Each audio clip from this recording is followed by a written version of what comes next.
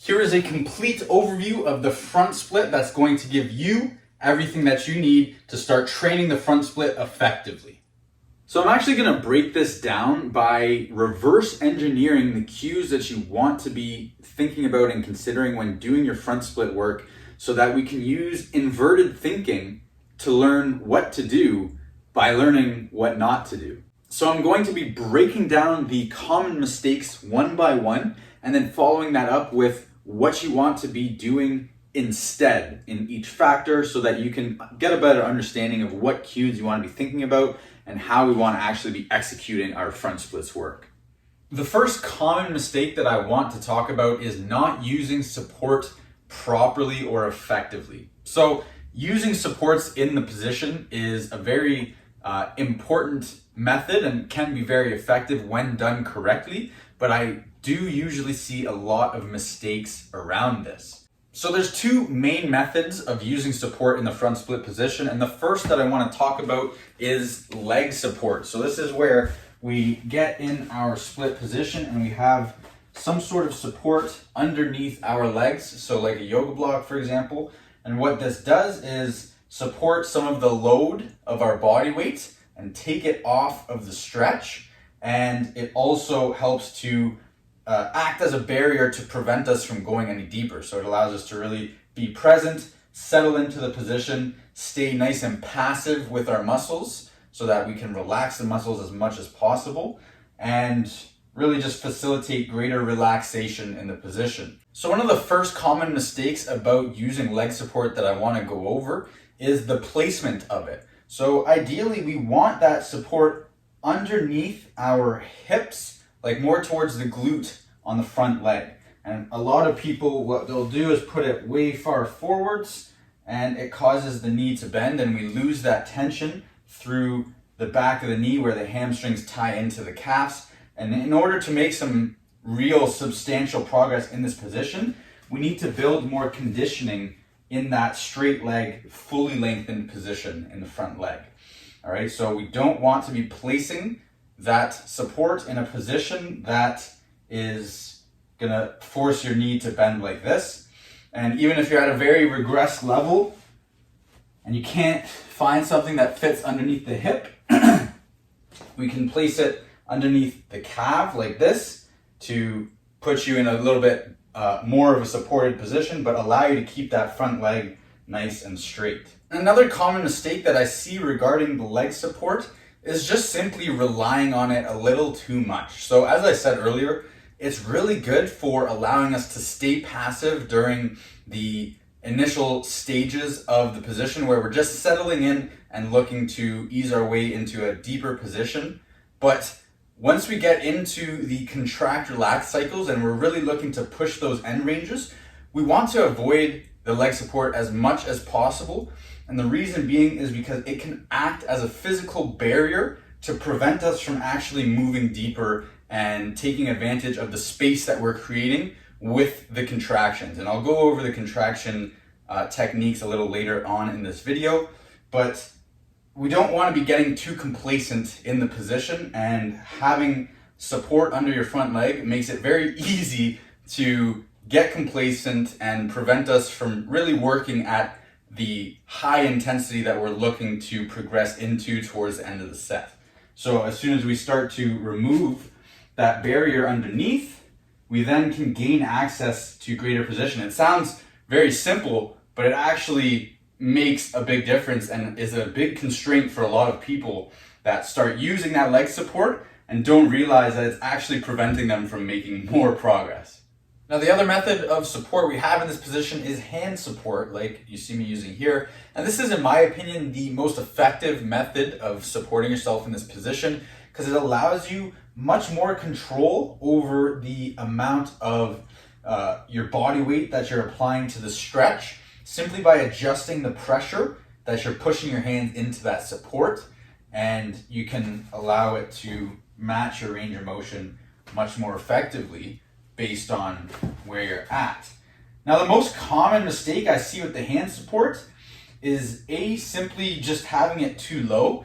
So if you're here and you're using like a couple inches of hand support, you have to lean your body weight forward in order to actually use that hand support. And as a result, you can see my body leaning way forward onto the front leg, and that takes all of the load off of the back leg and biases it to the front leg. And even if you're using an appropriate amount of support, if you have those way out in front, the same thing is going to happen. So we want an appropriate height of support, and we want that to be in closer to the hips so that we can maintain a nice upright body position while we're holding the split.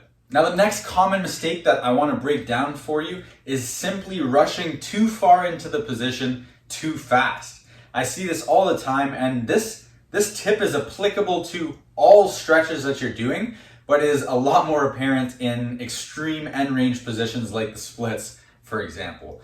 The reason why this is a problem is because the faster we try to push into our absolute end range, the more our nervous system is going to enter a fight or flight response and create involuntary contractions in the muscles that we are stretching to ultimately try and restrict our range of motion, prevent us from going further than it is comfortable with at that speed. So what we want to do instead is just start our set in a more comfortable position and gradually progress deeper into the stretch over the course of the set and try to relax a little further into the position with every breath out that we are taking.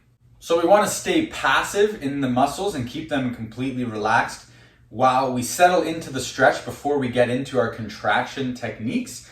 And we're just really focusing on our breathing and letting the stretch sensation build and accumulate over the course of the set as we gradually work our way deeper into the position. And you want to think about it as like approaching a climax of range. So the last 10 seconds of your set should be the most intense of the entire position, and you should finish off in a position that you don't feel like you could hold for any longer.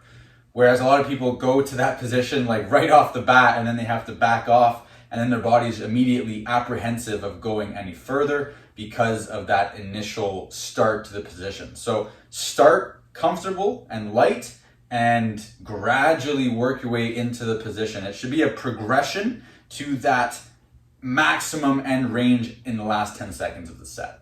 The next mistake that I want to go over is biasing the front leg too much in the position.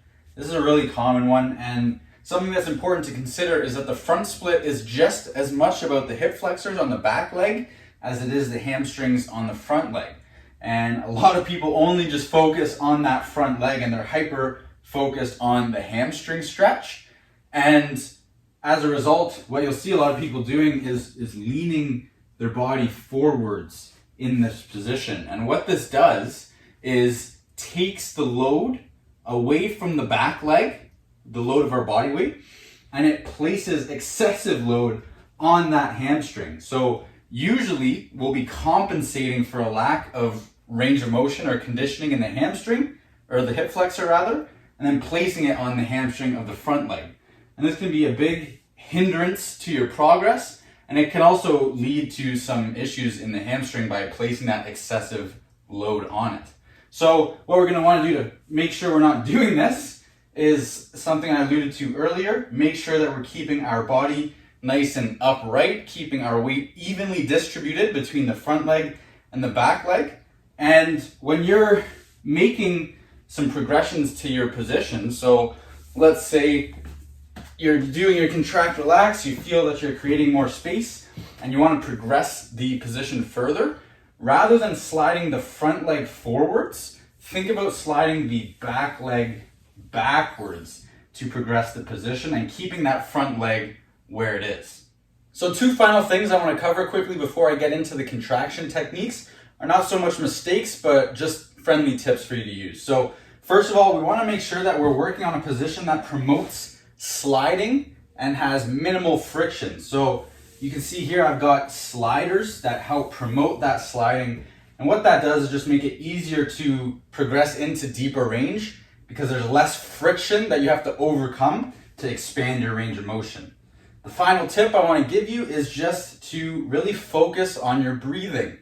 A lot of people will start to hold their breath or really breathe like heavily and sporadically because it's such an intense position. We want to do our best to control that and really take big, nice, deep breaths in and out.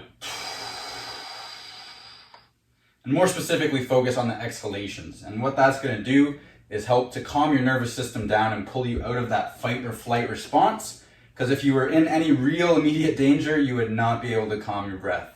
So the last thing I'm going to cover here is the contraction techniques. And I know this has been a long one, so thank you for sticking with me. But the contractions are probably the most important aspect of the front split when it comes to making serious progress.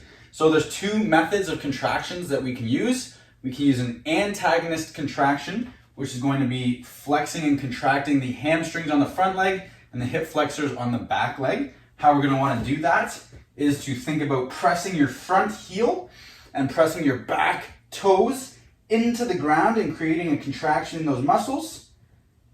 And then we can relax, take a breath out and try to explore deeper range.